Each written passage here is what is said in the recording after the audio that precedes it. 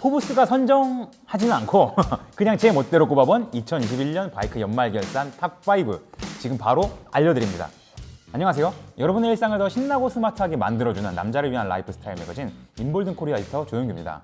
2021년이 시작된 게 엊그제 같은데 벌써 12월 한 해가 다 끝났죠? 어쨌든 올해도 이렇게 아쉽게 2021년을 마무리하는 시점에서 일단 구독과 좋아요, 알림 설정 먼저 눌러주시고 다름이 아니라 이번 영상에서는 2021년 2륜차 시장을 한번 돌아보면서 연말 결산하는 느낌으로 5대의 바이크를 꼽아봤는데요. 일단 선정 기준은요, 포브스는 아니고 그냥 순전히 개인적인 기준이긴 한데요.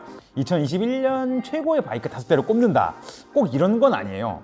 큰 화제가 되거나 브랜드와 라이더 모두에게 큰 의미를 남긴 바이크도 분명 같이 다룰 필요가 있다 싶어서 좀 그런 측면도 생각하면서 리스트를 골라봤습니다. 2021년 올해의 바이크를 꼽는다 했을 때 이 주제에서 개인적으로 가장 먼저 떠올린 브랜드는 바로 스즈키였는데요. 원래는 오늘 이 리스트에서 첫 번째로 그 S1000 GT를 소개하려고 했는데 아쉽게도 이게 원래는 11월에 나올 예정이었거든요. 근데 이게 일정이 밀려서 국내 정식 출시가 2022년으로 미뤄진 상태입니다. 그런데 사실 올해 상반기에도 라이더들의 큰 사랑을 받았던 스즈키의 새 모델이 하나 더 있죠. 바로 하야부사입니다. 하야부사.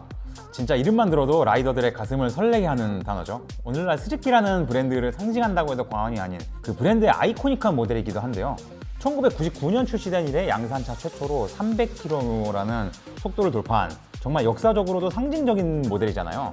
그런데 이제는 뭐 시대가 지나면서 뭐 그 이상의 퍼포먼스를 보여주는 바이크도 많이 나왔고, 반면 하야부사는 그 오랜 기간 동안 단 한 번만 풀체인지가 되고 변화 없이 계속 사골 우려먹기로 연명해 왔거든요. 그랬던 그 사골부사가 드디어 마침내 올해 3세대 모델로 완벽하게 옷을 갈아입고 나타났습니다. 솔직히 디자인이나 페이퍼 스펙만 보면 이게 진짜 신모델이 맞아? 할 정도로 바뀐 게 없어 보이긴 해요.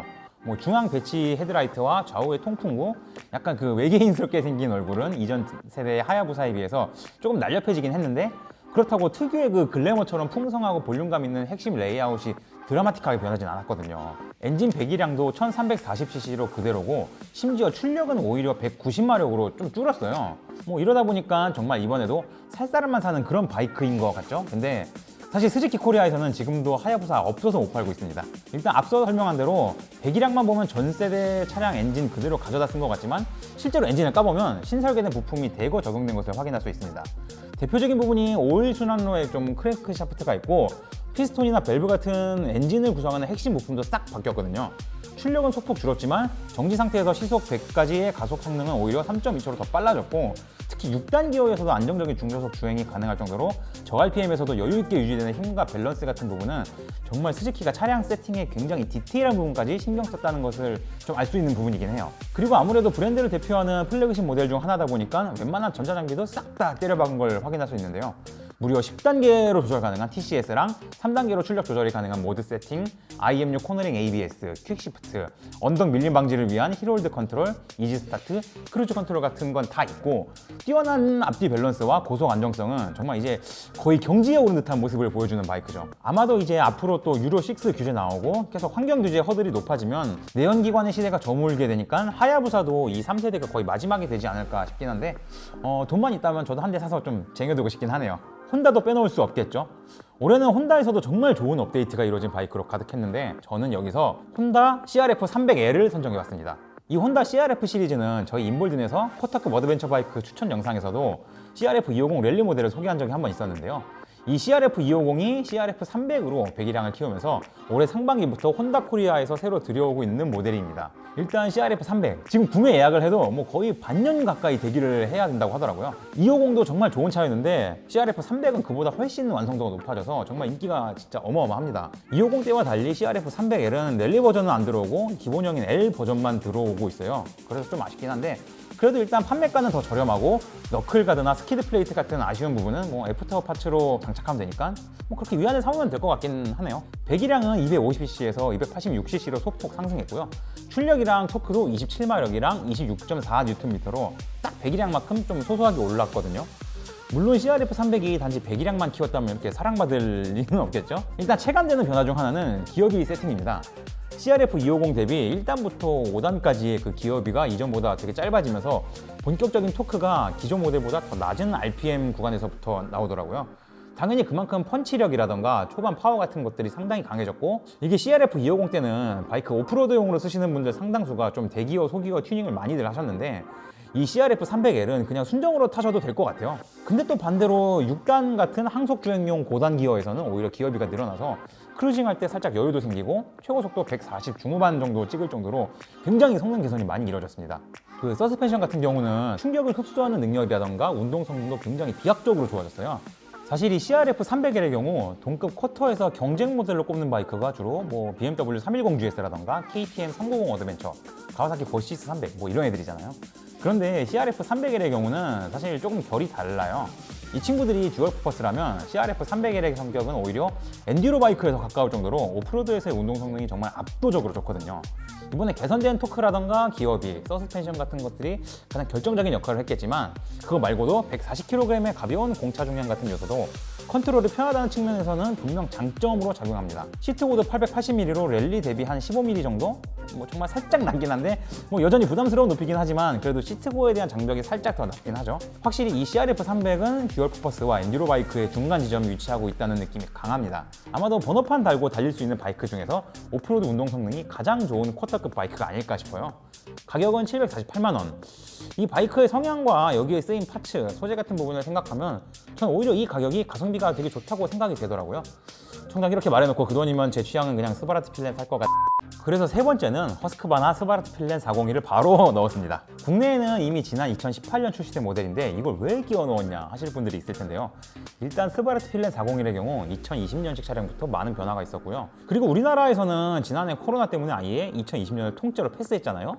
이 바뀐 버전의 스바라트 필렌 401이 올해 겨우 정식 출시됐기 때문에 2021년 결산 리스트에 한번 넣어봤어요. 일단 앞서 강조한 가장 크게 바뀐 부분 중 하나는 바로 생산 기지를 오스트리아에서 인도로 옮겼다는 사실인데요. 기존의 401이 클래스 평균 대비 말도 안 되게 비싼 바이크였다면 새로운 필렌은 가격표가 현실적인 수준을 넘어서 오히려 쿼터급에서도 상당히 가격 경쟁력을 갖게 된 좀 그런 케이스라고 할 수 있죠. 그렇다고 제가 단순히 생산국을 옮겨서 가격이 저렴해졌다 뭐 그런 이유만으로 이 스바라트 필렌 401을 꼽은 건 아니에요. 이 21년식 401은 이전 모델 대비 확실하게 눈에 띄는 스펙 개선, 그리고 그로 인해 라이더가 체감할 수 있는 획기적인 편의성이 정말 온몸으로 체감이 될 정도로 발전한 모델이거든요.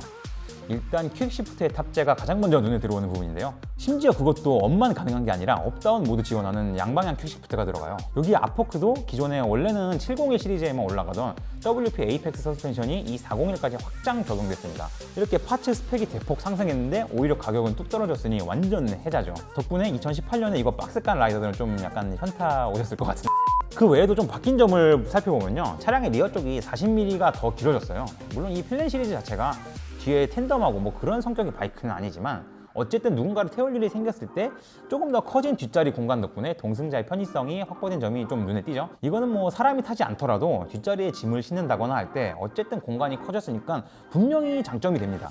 373cc 단기통 쿼터급으로서는 44마력이라는 충분히 넘치는 출력과 빅싱글의 펀치감을 보여주면서도 동시에 너무 시끄럽거나 과하게 요동치지 않는 유순한 질감도 좀 인상적이고요. 물론 500만 원대에서 훨씬 저렴한 가격과 보험료에서 좀 이득을 볼 수 있는 스바라트 필렌 250도 있긴 한데요. 근데 401에는 일단 퀵시프트가 달려있잖아요. 그리고 필드 스포크 휠에다가 순정으로 스콜피온 랠리 STR 타이어가 붙어서 나오기 때문에 소위 더트 필렌이라는 닉네임의 본질에 더 충실한 바이크가 아닐까 싶어요. 인도나 어느 정도 아기자기한 오프로드에서 경쾌하고 확실한 재미를 보장하는 펀 바이크이면서 동시에 도심에서는 세련된 디자인으로 멋도 좀 내고 가볍게 다루기 쉬운 출퇴근용 데일리 머신으로도 활용 가능한 정말 팔방 미인 바이크죠. 인도 생산이라는 꼬리표에 크게 연연하지 않는다면 굉장히 좋은 선택이 아닐까 싶어요.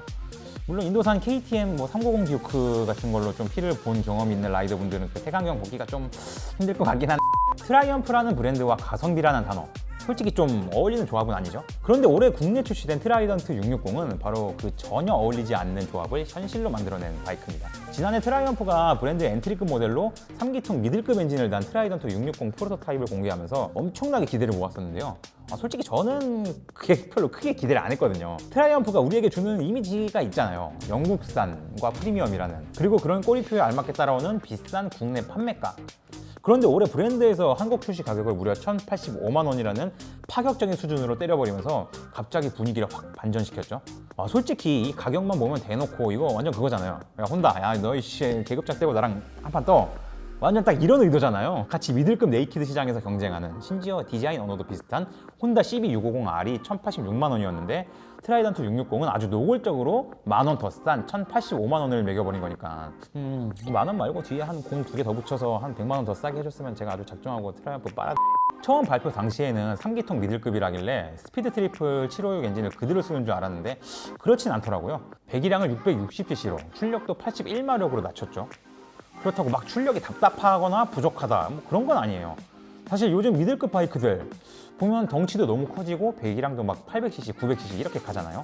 그러다 보니까 이제는 미들급이라는 분류가 좀 무색하게도 오히려 좀 리터급에 더 가까워지는 그런 경향이 큰데, 트라이던트는 정말 600에서 650cc 내외라는 미들급의 정석적인 배기량을 잘 맞췄어요.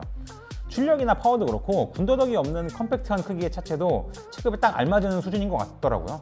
오랜만에 정말 미들급다운 미들급 바이크가 나온 좀 그런 느낌이 강합니다. 디자인은 우리가 생각하는 전형적인 로드스터, 네이키드 뭐 그런 디자인을 하고 있죠. 그리고 클래식하다고 볼 수는 없지만 원형 헤드라이트 박아놓고 연료 탱크도 좀 동글동글하게 볼륨감 붙여서 트라이엄프라는 브랜드가 추구하는 그런 레트로 헤리티지를 느낄 수 있게 만들었어요. 바이크에 들어가는 파츠도 뭐 고급 소재라고는 볼 수 없지만 그렇다고 또 지나치게 원가 절감을 했다 뭐 그런 느낌을 주진 않거든요. 사실 3기통 엔진의 질감은 뭐 두두두두 굴러가는 이런 2기통보다는 좀 방방거리는 4기통에 훨씬 가까운 편인데요.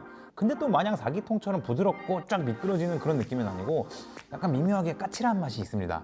그리고 4기통과 달리 저속에서의 토크도 좀 끈덕진 편이라서 초중반 영역을 큰 스트레스 없이 다룰 수 있어요. 순정 타이어도 미슐린 로드5가 끼워져 있는데 이거 되게 괜찮은 타이어거든요. 그래서 꼭 초심자가 아니라 숙련된 라이더가 타도 상당히 재미있게 즐길 수 있는 그런 바이크가 아닐까 싶습니다. 브레이킹이나 승차감은 310mm 전륜 더블과 도립식 서스펜션을 채택했다는 사실을 인지하면 살짝 아쉬움이 느껴지기도 하는데, 근데 바이크 중량이 190kg도 채 되지 않아서 굉장히 가벼운 편이고 사이즈도 딱 미니멀한 수준이라서 브레이크와 서스펜션이 차체를 충분히 감당해내는 그런 느낌이 크죠.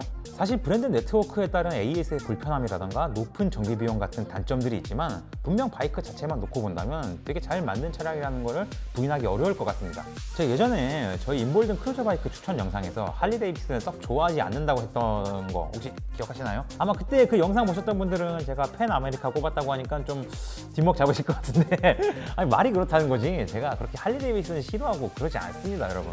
이 팬 아메리카는 할리 데이비슨에게도 상당히 의미 있는 모델이라고 저는 생각해요.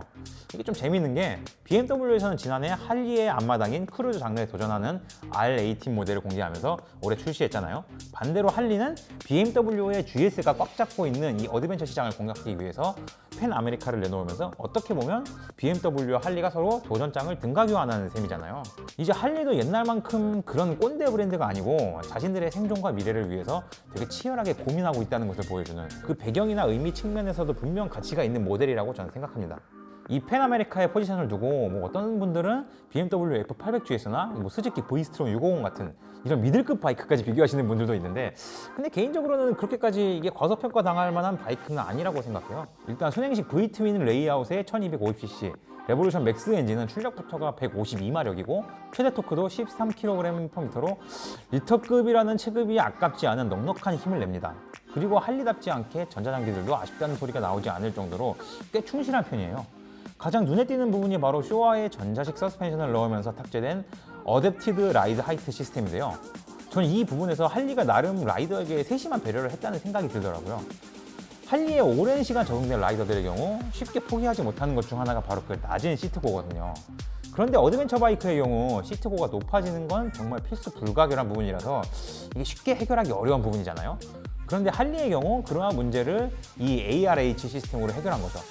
이게 그러니까 정차했을 때는 서스펜션이 쫙 시트고를 내려주고 주행 상황에선 그 서스펜션이 다시 원상태로 돌려줘서 본연의 성능이 작동되도록 만드는 건데요. 이걸 쓰면 정차했을 때 최대 820mm까지 시트고가 낮아져서 웬만한 성인 남성 대부분은 양발 착지가 되거든요. 할리는 여기서 허들을 확 낮춰버린 거죠. 주행 성향은 기존의 할리와는 당연히 다른데 전반적으로 거의 모든 영역에서 굉장히 무난하고 매끄러운 편입니다. 그리고 할리답지 않게 고회전 영역에서도 꽤 실력 발휘를 하는데 실제로 152마력의 최고 출력이 나오는 구간도 9000rpm이거든요. 그리고 차체 중량도 240kg대로 물론 무거운 편이긴 한데 동일한 체급의 BMW R1250GS가 250kg에 거의 육박하는 것을 생각해보면 팬 아메리카는 할리치고는 경량화에서 꽤 선방했다고 볼 수 있죠. 뭐 아쉬운 점이 없는 건 아니에요. 사이드 스탠드 각도는 좀 잘못 설계된 듯한 느낌이 들고 스위치 뭉치나 소재들, 케이블 마감 상태를 보면 확실히 고급스럽다고 하기는 좀 힘들어요. 당연히 R1250GS 같은 차량과 절대적인 비교 우위를 놓고 따지기는 어려운 것도 솔직히 사실이긴 하고요. 하지만 저는 할리가 그동안 전혀 발을 들이지 않았던 이 영역에 도전했다는 것에도 의미를 좀 두고 싶고, 심지어 그 첫 결과물 치고는 팬 아메리카 자체로도 상당히 괜찮은 바이크라고 생각해요. 뭐 첫 소리에 얼마나 배가 부르겠습니까? 앞으로 몇 번의 개선과 발전을 거듭하면 분명 더 괜찮은 차량이 되지 않을까 싶습니다. 이렇게 오늘은 2021년 연말 결산 느낌으로 나름 의미 있었던 바이크들을 몇 개 꼽아봤는데요. 어느 정도 공감이 되는 부분도 있겠지만 전혀 공감이 안 가거나 수긍할 수 없는 분들도 분명 있을 거예요. 사람의 기준과 취향이야 다 다른 부분이니까 뭐 어쩔 수 없죠. 어쨌든 이 영상을 찍는 시점에서는 사실 2022년에 국내 출시 예정인 스즈키 S1000 GT라던가 허스크바나 노든 901, 가와사키 G650RS 같은 기대되는 바이크들도 엄청나게 많거든요. 뭐 기회가 된다면 2022년의 기대작 리스트도 한번 몇 가지 뽑아서 소개해드릴 기회가 되면 좋겠네요. 궁금하신 분들은 구독과 좋아요, 알림 설정 부탁드리고요. 다음에도 더 재밌는 이야기를 들고 오도록 하겠습니다. 시청해주셔서 감사합니다.